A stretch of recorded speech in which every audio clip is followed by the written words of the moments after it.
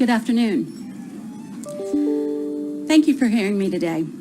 My name is Christine McComas, as you know, and I'm in support of Senator Zirkin's SB 726, also known as Grace's Law 2.0. And I think we have a slide coming.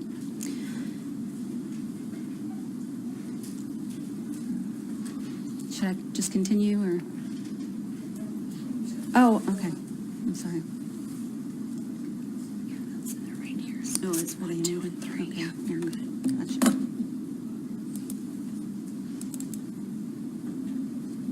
don't know how to make it. Does it go full screen in any way? Bottom right. Oh, I see. But then oh, actually, that's okay. I last testified before this committee in 2013 in favor of Grace's Law, which was named for our daughter, Grace McComas. At that time, though barely able to function at normal life, we were able to draw on a deep well of devastation, confusion, and anger at how we possibly could have lost a vibrant, active, and beautiful child who had everything to live for to suicide. We felt we had an alarm bell to ring.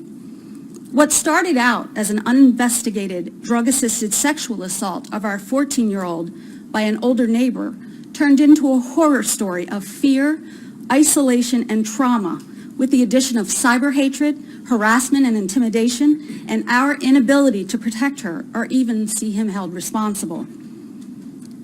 There are some examples which I may or may not be able to figure out.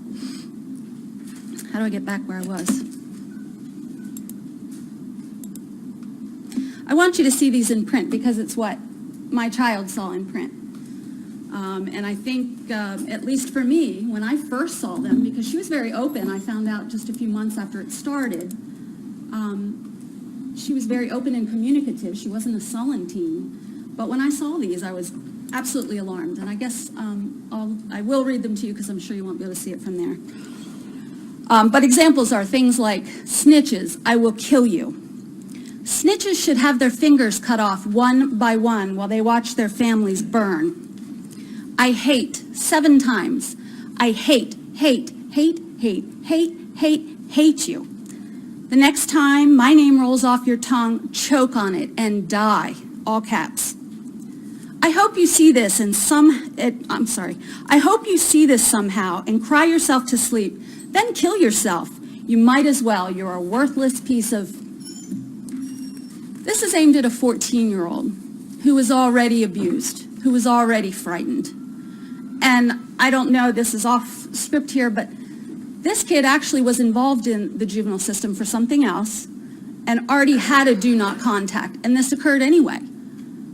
And there was nothing. I thought someone was watching him or someone would make it stop because the justice system told me they would fix it, and nothing was done. I found out months later when there was no relief.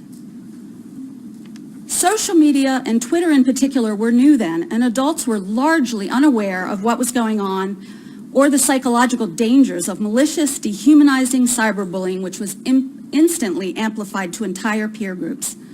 For a young teen who knew that we had searched and even begged for assistance from schools, police, courts, state's attorneys, and other professionals with little response, it seemed insurmountable. After her death, efforts to conceal mistakes were made by some public agencies, but that's a story for another day. Suffice it to say that the lack of decency, integrity, and accountability is astounding. In the years since Grace's death, adults have become more aware of how digitally interconnected our children are today, and how the misuse of social media to publicly demean and insult others, even at the highest levels of leadership, is hurtful.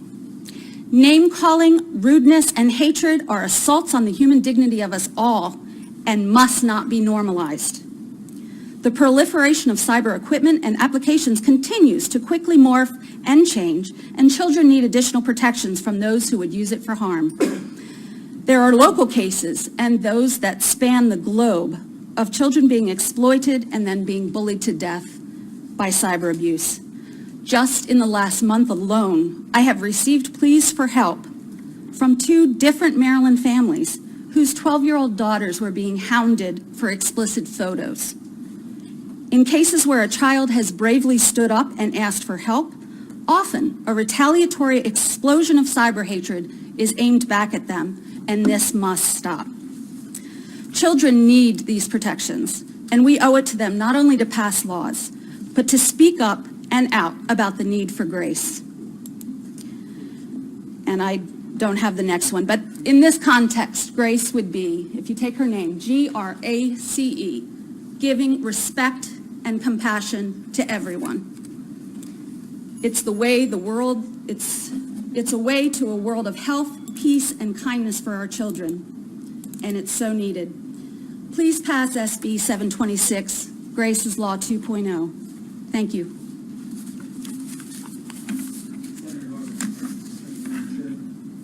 Thank you for being here. I'm very sorry for the loss of your daughter. It's very uncomfortable here.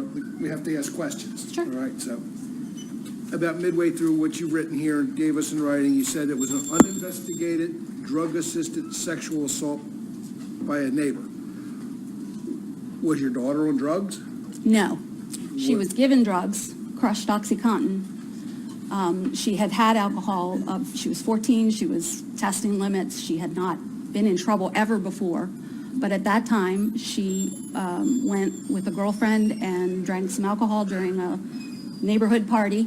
And when that friend had to leave, the older brother of her best friend next door joined her, who was a kid making a lot of poor choices, who was a kid that was already being drug tested by his parents. And he found OxyContin, he crushed it, told her to try it, that it wouldn't hurt her.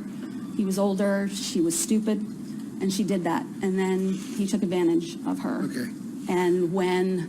How close in proximity were those actions to her death? I mean, what does That was the precipitate her summer death? of 2011. I immediately made her, she told us 2 days later, she told us everything she could remember.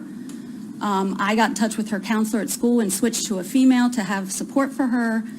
And what I didn't know is that he was held responsible, both of them were held responsible. They had used a key to go into a neighbor's house next door to us on the other side that were like family to us.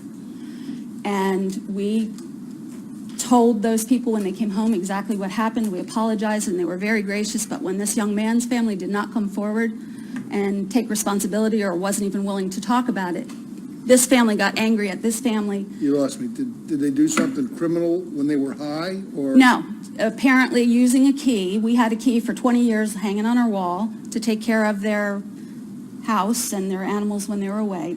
Okay. They used a key to go into the house. We had permission to use the pool and stuff, but they went into the house with the key. And when these people weren't honest with these people, we were told, I'm sorry if your daughter gets in trouble too, but we want him out of the neighborhood. We're tired of this. His kids. Is that the youth who you believe sent these texts? I know sent these texts. Okay, you know that. When they were both brought into the juvenile system, that's when the bullying began. And those tweets He was a began. juvenile? He was a juvenile? Yes, yes. And we were aware of them, and we screenshot just like what you see and took it to the schools, who said there was nothing they could do because it didn't happen in school. We took it to the court, who said they could make it stop and then didn't follow through. Were you aware of these communications to your daughter when they were taking place?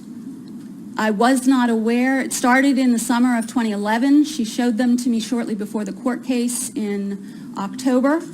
And then, I made the courts aware. I literally wrote a letter called Please Help. I was fighting for her life at this point. And they called him in for a psych evaluation and no other consequence. This is the hard part of this job, what we do. Was she getting these things on computer or on her cell phone? You know what? At the time, she didn't even have Twitter. I didn't even know what it was. But this is the thing that is so scary about this. You don't even have to be on Twitter for when it goes out to hundreds of kids at a time.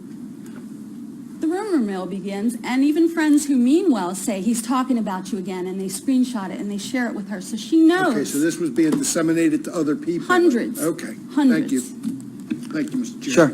Senator Huff.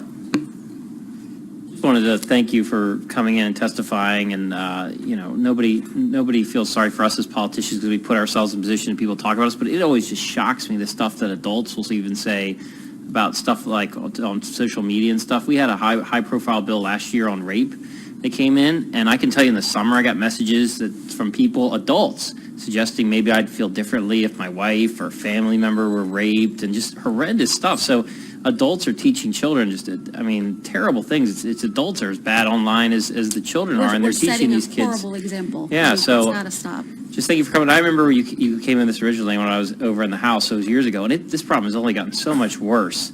We're much more aware of it now. It was largely hidden from us, but yes, Yeah, but there's something psychological too. When these people get behind a keyboard, they have all this keyboard courage and say these nasty things they would never ever say in person. So I know this must be hard. Thank you for coming in, and it's a very important issue. Thank you so much. Christine, thanks for being here again, and thanks for all your advocacy on the issue. Thank you.